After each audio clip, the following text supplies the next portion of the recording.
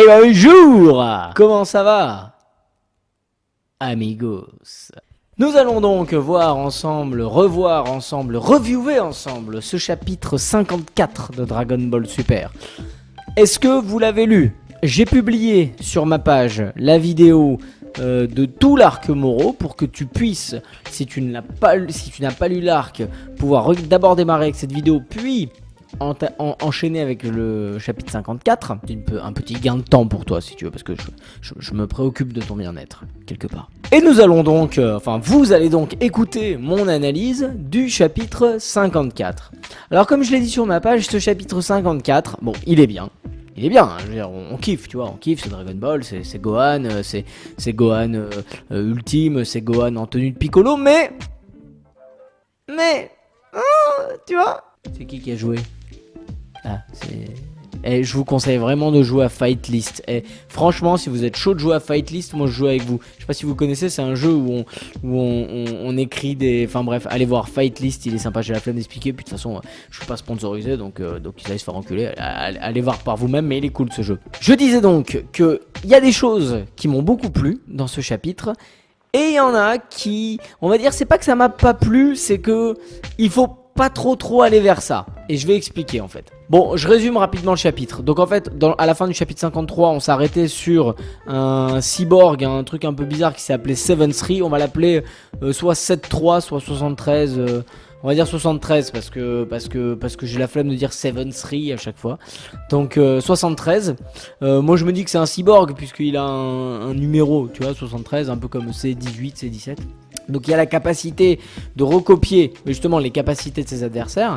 Donc il avait copié toutes les capacités de Piccolo et il était sur le point de démonter Piccolo quand Gohan est arrivé. Donc ça nous faisait plaisir de voir Gohan revenir dans sa tenue de prof. Et donc le chapitre 54 commence sur un combat que Gohan domine très largement. Très largement. D'ailleurs il fait des petits trucs un peu stylés et tout. Tu vois, il arrive, il se met derrière comme ça. Attends, on voit pas, peut-être de profil. Ah oui, il fait comme ça. Genre... il va derrière 73 et puis c'est comme s'il lui tirait une balle, tu sais, de flingue, trop stylé. Et puis globalement il maîtrise vraiment son combat.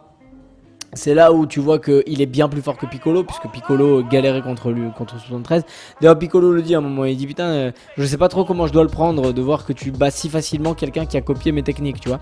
Mais bon, tu sens que Piccolo est content de le voir. D'ailleurs il lui fait comme ça, tu sais, comme à l'ancienne, pour qu'il lui mette sa tunique là à Gohan. Gohan est dans sa tenue bleue, celle qu'il avait contre Broly dans mon film préféré, puisque si vous avez vu ma dernière vidéo, donc il a cette tenue là et puis Piccolo lui dit en mode finish him. 73 est sur le point de se faire déglinguer malgré le fait qu'il utilise toutes les techniques de Piccolo. Quand en fait on se rend compte que c'était pas trop mal trouvé, ça je trouve. L'idée était pas trop mal de dire que en fait 73 a aussi le pouvoir de garder en mémoire des capacités et il a gardé en lui les capacités de Moro. Donc en fait au dernier moment, alors que Gohan est sur le point de faire un Kamehameha, petite parenthèse, ça fait plaisir de voir Gohan faire un Kamehameha. Pourquoi? Parce que Gohan, d'habitude, c'est le Masenko ou c'est ce genre d'attaque, tu vois. Mais là, étant donné qu'il a la tenue de Piccolo, on veut quand même nous dire que Gohan, c'est le parfait mix, tu vois. Il a les couleurs de Piccolo et la technique de son père. Ou alors, parfois, il inverse, il met les couleurs de son père, mais la technique de Piccolo. Tu vois que c'est un bel héritage chez lui, son père et Piccolo. Donc, j'aime bien le fait que Gohan fasse un Kamehameha. Je sais pas pourquoi, ça m'a beaucoup plu. En tout cas, il est sur le point de le faire. Et en fait, 73 utilise les pouvoirs de Moro qu'il avait gardé en stock et donc absorbe le Kamehameha, et à partir de là, une fois qu'il a les pouvoirs de Moro, plus personne ne peut rien faire pour lui. Il fait son Genki-Dama chelou là, il absorbe toute l'énergie de tout le monde et en gros, après je vais passer à l'analyse, mais en gros comment il s'appelle, Moro apprend par le biais de Krillin etc que Goku et Vegeta sont en train de s'entraîner et que bientôt ils reviendront plus forts. Donc il dit à 73 et à la petite équipe, cassez-vous de là, on reviendra quand Goku et Vegeta seront là parce qu'ils seront plus forts et donc j'absorberai leur énergie, puis j'absorberai la planète en même temps, etc. Donc ils s'en vont et ça laisse un peu de répit à toute l'équipe là qui était sur le point de se faire déglinguer, un peu comme dans l'arc Cell, quand Cell dit bon allez vous entraîner, on va organiser un tournoi et puis on se fightera à ce moment là. Bon. Et puis en parallèle, Goku et Merus s'entraînent. Et il y a le tournant du truc, entre guillemets, c'est que on a une discussion entre Whis et le grand prêtre, où les deux se discutent de la loi des anges. et Whis dit bah, il faut qu'on s'occupe du cas de Merus. Donc on a la confirmation que Merus est un ange, mais ça on le savait depuis très longtemps. Mais je garde Merus pour la fin. Donc d'abord j'ai beaucoup aimé le combat entre Gohan et 73. Ça fait vraiment plaisir de revoir un Gohan puissant, parce que là il est extrêmement puissant. Tu sens que l'entraînement qu'il a eu pendant le tournoi du pouvoir lui a servi. Il est extrêmement balèze. Il fait ce qu'il veut avec 73, vraiment il le déglingue. Et donc en plus il utilise quand même des trucs qui sont assez malins. Tu vois, quand 73 devient grand, il arrive derrière et il lui balance genre 2 Kikoa dans les genoux. Tu vois, ça le fait tomber. Puis après bon, il arrive, il l'enchaîne et tout. Mais on va déjà entamer sur quelque chose que je n'aime pas dans ces chapitres de Dragon Ball Super depuis le début, parce que je ne lis que Dragon Ball Super depuis l'arc Moro. En fait j'ai un problème, alors je sais pas si ça vous le fait aussi, mais j'ai un problème avec le dessin de Dragon Ball Super. C'est pas Toriyama qui le dessine, on est bien d'accord. Parce que vous savez, moi je débarque, mais j'ai lu c'est Toyotaro qui dessine ça. Mais ils sont pourris un peu ces dessins à ce mec. Pourquoi? Parce que en fait je sais pas si vous avez la même sensation, mais moi quand je lis Dragon Ball Super et qu'il y a un combat, je comprends rien au combat. Je comprends pas l'enchaînement en fait. D'un coup il est en haut, un coup il est en bas. Tu dis putain, genre il a déjà balancé son Kamehameha, puis après en fait il a pas encore. Enfin, je sais pas comment t'expliquer. Tu vois, à un moment donné t'as les bras de Seven Three qui suivent Gohan et tu comprends rien à l'enchaînement. Et c'est pas la première fois que j'ai cette sensation de rien comprendre à l'enchaînement des cases en fait, des vignettes. Donc le dessin me dérange en fait dans Dragon Ball Super. Je sais pas, il y a des mecs qui sont sûrement spécialistes de ça et qui pourront mettre des mots sur ce que j'essaye de dire. Mais voilà, j'ai un problème avec le dessin dans Dragon Ball Super. Ensuite, j'aime le fait que 73 utilise les pouvoirs de Moro. Mais je trouve que c'est un peu facile quoi. D'un coup, bon bah voilà, il a les pouvoirs de Moro et on peut plus rien faire. Et ça fait chier parce que Gohan, on l'aime, il devient hyper balèze et tout, on est trop content. Et puis d'un coup, non, allez, il se fait rosser. Et sur quelques pages en plus, tu vois, on aurait pu faire monter un peu le suspense. Genre Gohan qui se bat contre toute l'équipe de Moro en même temps. Et puis à la fin, il utilise le pouvoir de Moro quand vrai. Mais là, ça va trop vite. Genre, il gagne, il perd, tu vois. Et ça m'a un peu énervé ce côté-là. En plus, ça j'avais déjà voulu en parler, mais que ce soit Moro ou que ce soit 73, quand ils font sortir des flammes du sol, c'était typiquement le moment où il fallait l'attaquer à 73. Parce qu'en fait, il est en train de faire un Genki Dama comme ça, et puis en même temps, il met des flammes autour de lui pour que personne ne l'attaque. Mais si il fait sortir les flammes et qu'il a la main prise comme ça, si Gohan à ce moment-là il charge un ultra Kamehameha, il le désintègre à 73. C'est pas parce qu'il est en train d'absorber l'énergie que son énergie va être absorbée. Il peut pas tout faire en même temps si tu veux. Donc là il aurait suffi de lui envoyer un gros Kamehameha dans la gueule et ça aurait été bon. C'est pas comme si des flammes ça allait les empêcher de se battre. Depuis quand, tu vois, genre excuse-moi hein, mais bon ils en sont plus là quoi les guerriers. Si des flammes ça les empêche, moi je vais te montrer des artistes de cirque qui passent à travers les flammes. Putain de merde là. Et puis il y a autre chose, et ça c'est mon petit côté fan, vous allez comprendre. À un moment donné 73 il absorbe l'énergie et t'as ses sbires qui lui disent fais attention, n'absorbe pas l'énergie de la planète parce qu'on la garde pour le Seigneur Moro. Et lui il répond non t'inquiète, j'arrive à cibler, je prends que celle des 4 là. Mais putain, c'était pas là qu'il fallait nous faire intervenir un espèce de... Bah ouais mon gars, c'était là qu'il fallait le faire intervenir Tenshinhan, putain. C'était là que je voulais le voir moi Tenshinhan. Putain, il serait arrivé là avec un gros Kiko, il aurait sauvé le game parce que son énergie elle aurait pas été prise. Puisqu'il était en train d'absorber l'énergie des 4, il l'aurait pas vu arriver. Un énorme Kiko dans sa gueule, là, ça aurait été magnifique, putain. C'était ça, moi, que je voulais voir. Mais je te jure, j'ai attendu ça tout le chapitre, je me suis dit, parce que, comme il devait le joindre au début, bon, genre, il a pas de téléphone, c'est bon, faut pas déconner non plus, tu vois. Il sent l'énergie à un moment donné, Tenshinhan. Il sent ce qui se passe, s'il lui le sent pas, personne le sent, tu vois. Donc, il sent l'énergie, il voit qu'il y a un combat, il va les aider. Il l'a toujours fait dans Dragon Ball Z. Donc là il aurait dû venir les aider. Et ça me fait trop chier que Tenshinhan ne soit pas venu. Il serait venu avec un putain de Kiko. Il aurait calmé 73. Parce que Tenshinhan au final il fait que évoluer.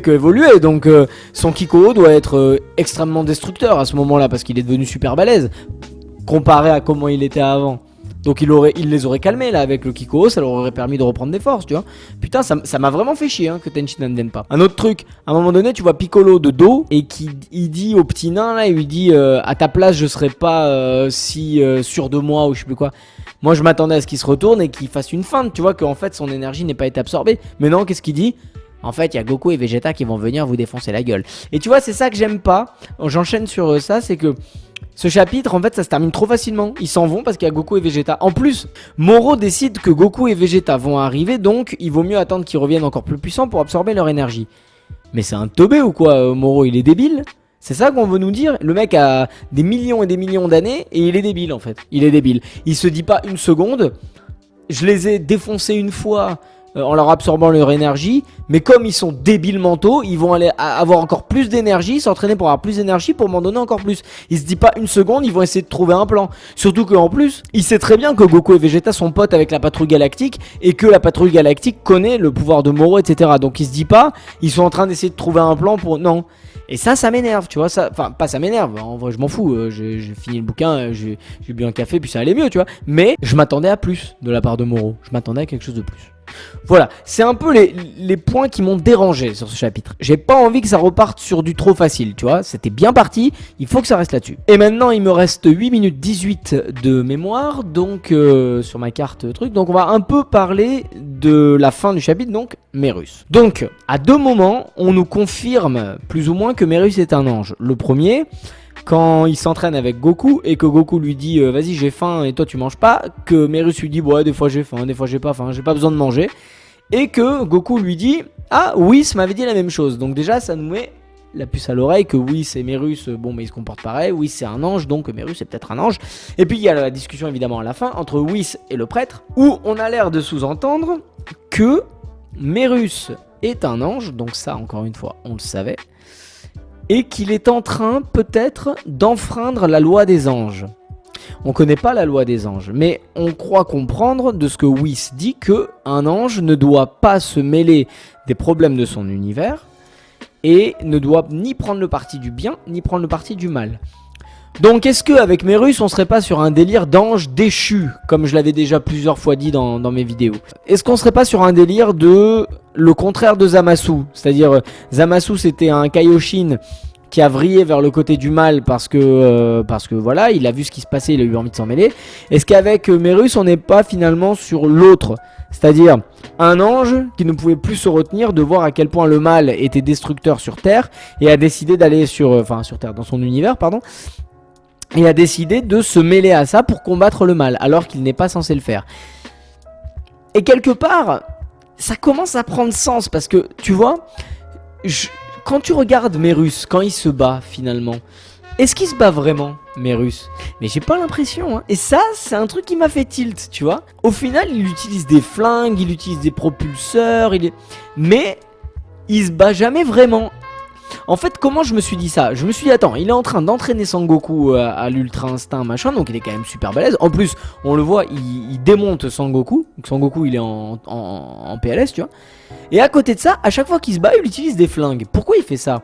Peut-être parce que c'est un ange et que, malgré le fait qu'il soit déjà en train de braver un interdit, il veut pas aller trop loin quand même, tu vois. Sinon, pourquoi?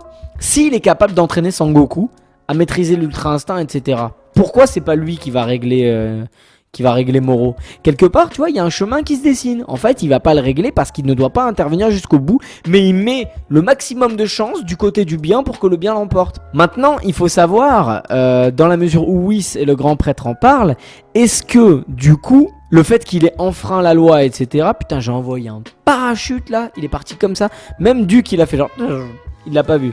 Désolé du Duc. Est-ce que, au final, Mérus va pas être puni pour ça?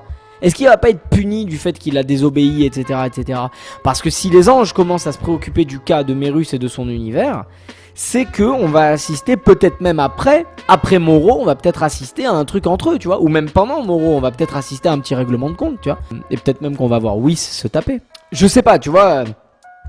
Forcément, ça réveille l'imaginaire, tout ça, donc voilà, moi je pense qu'il va y avoir un petit délire sympa là avec Mérus, en mode bataille d'anges, punition, etc. Donc il me tarde vraiment de voir la suite. Pour la suite, donc j'aimerais effectivement voir un petit truc avec Mérus, et j'aimerais, si possible, Toyotaro, que tu me fasses venir Tenchinan. Si possible, ce serait bien, ça me ferait plaisir. Et voilà amigos, donc j'ai pas trop dépassé, donc maintenant c'est la batterie qui va pas tarder à s'éteindre de l'appareil photo, donc on va arrêter la vidéo maintenant. Merci d'avoir partagé la vidéo sur mes 3 films préférés, vous m'avez fait kiffer amigos, ça m'a fait du bien, ça m'a fait plaisir de vous voir partager, j'ai aimé que vous partagiez. À tous ceux qui regardent ces vidéos et qui ne sont pas encore sur mes différents réseaux, j'en ai 2 principalement. La page Facebook Yaniv avec un V, donc c'est là où je publie toutes les semaines mes sondages pour savoir qu'est-ce que vous voulez comme prochaine vidéo. En sachant que là je pars sur une série de plusieurs vidéos sur tous les arcs Dragon Ball Z, donc analyse de chaque arc, parce que j'ai envie que ceux qui ne connaissent pas bien Dragon Ball Z ou qui regardent pas beaucoup comme nous, tu vois, et ben ils reviennent un peu dessus, ils disent ah putain ça m'a manqué, ah ouais ils avaient une queue de singe, ils se transforment en gorille et tout ça. Donc on va refaire tous les arcs. Donc n'hésitez pas à venir sur la page Facebook Yaniv avec un V. J'ai une chaîne YouTube aussi où j'ai beaucoup moins d'abonnés, mais je la garde parce que je me dis qu'un de ces 4 Facebook il y aura plus grand monde dessus, donc il faudra aller sur YouTube. Donc si possible allez vous abonner à la chaîne YouTube. N'oubliez pas non plus d'aller soutenir les potos sur la page DB Product, comme j'avais dit dans ma dernière vidéo, petite association très sympa de collectif Dragon Ball Z. Mes vidéos sont également disponibles sur la page dragonballzfamily.com et je fais un gros bisou à l'admin. N'oubliez jamais de privilégier ce qui nous unit comme Dragon Ball Z et de bannir ce qui nous divise comme la politique, la géopolitique, le racisme, tout ça ça n'a pas sa place, Je voulais faire une vidéo tu vois sur les nationalités Dragon Ball Z. Et je me suis dit putain, enfin on m'a fait comprendre que ça allait peut-être partir en vrille sur une vidéo comme ça. Et ça m'a fait mal au cœur, tu vois. Parce que d'imaginer que j'aurais pu faire une vidéo avec dans Dragon Ball Z, bah, c'est qui le juif, c'est qui l'arabe, c'est qui le noir, tout ça, tu vois, en reliant un peu la personnalité avec le truc. Moi je trouvais ça sympa, tu vois. Et on m'a dit ouais non tu peux pas parler de ça, politiquement correct, machin. Et ça me saoule, franchement ça m'énerve vraiment. Parce que pour le coup, là il fallait privilégier ce qui nous unit, Dragon Ball Z, tu vois. On verra, peut-être que je la ferai, peut-être que je la ferai pas. Faut voter. Et c'est tout pour moi amigos, je vous souhaite une bonne journée ou une bonne soirée, je ne sais pas quand est-ce que vous regarderez cette vidéo. Et je vous dis à la prochaine, bisous.